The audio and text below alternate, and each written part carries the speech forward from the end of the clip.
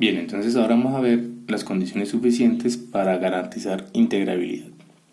Entonces la primera de ellas es que la función sea continua. Es decir, bueno, en el intervalo b, ¿no? Si la función es continua b, entonces el límite cuando la norma de p converge a 0 de esas sumas de Riemann existe, ¿sí? Entonces esto me va a dar ¿qué? Me da la integral desde hasta b de f de x de x. Entonces siempre que tenga una función continua en el intervalo b, este límite va a existir, ¿sí?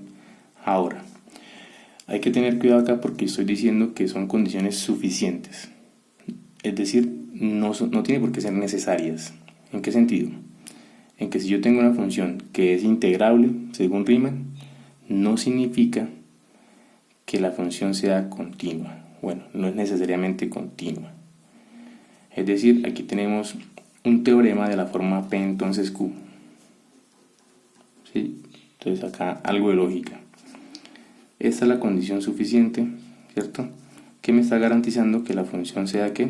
Integrable. Es decir, este teorema es de la forma: si f es continua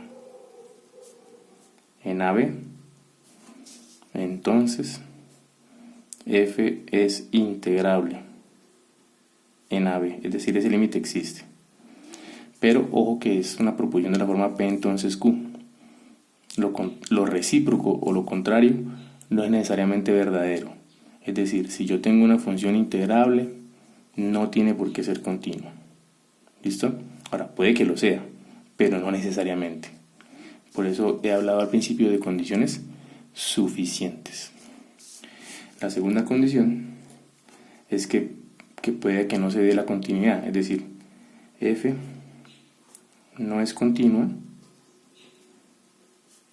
en AB, pero tiene un número finito de discontinuidades. Y además, f es acotada en AB. ¿Listo? Entonces, si f no es continua en AB, pero tiene un número finito de discontinuidades y además acotada en AB, entonces f es integrable en AB. ¿Listo? Entonces aquí nuevamente es un teorema de la forma P entonces Q, ¿sí? Donde P, ¿qué es? P me dice, si f no es continua en AB, pero tiene un número finito de discontinuidades y además f es acotada en AB, entonces es integrable. Nuevamente, es una condición suficiente pero no necesaria. Es decir, si tengo una función que es continua, si tengo una función que es integrable, eso no significa que la función sea de esta forma.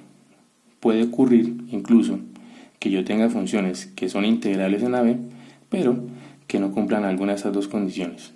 Entonces, que tenga integrabilidad no garantiza, ¿sí?, que sea de esta forma. Al contrario, si es de esta forma, eso implica que la función es integrable. Entonces, aquí hay que tener en cuenta mucho la lógica para entender estas dos condiciones que estoy llamando condiciones suficientes para garantizar integrabilidad. Entonces, siempre que tenga una función continua, vuelvo y repito, en el intervalo AB, esa función ya es integrable, es decir, ese límite existe. Y siempre que tenga una función que, a pesar de que no sea continua, pero tiene un número finito de discontinuidades y es acotada, entonces esa función es integrable.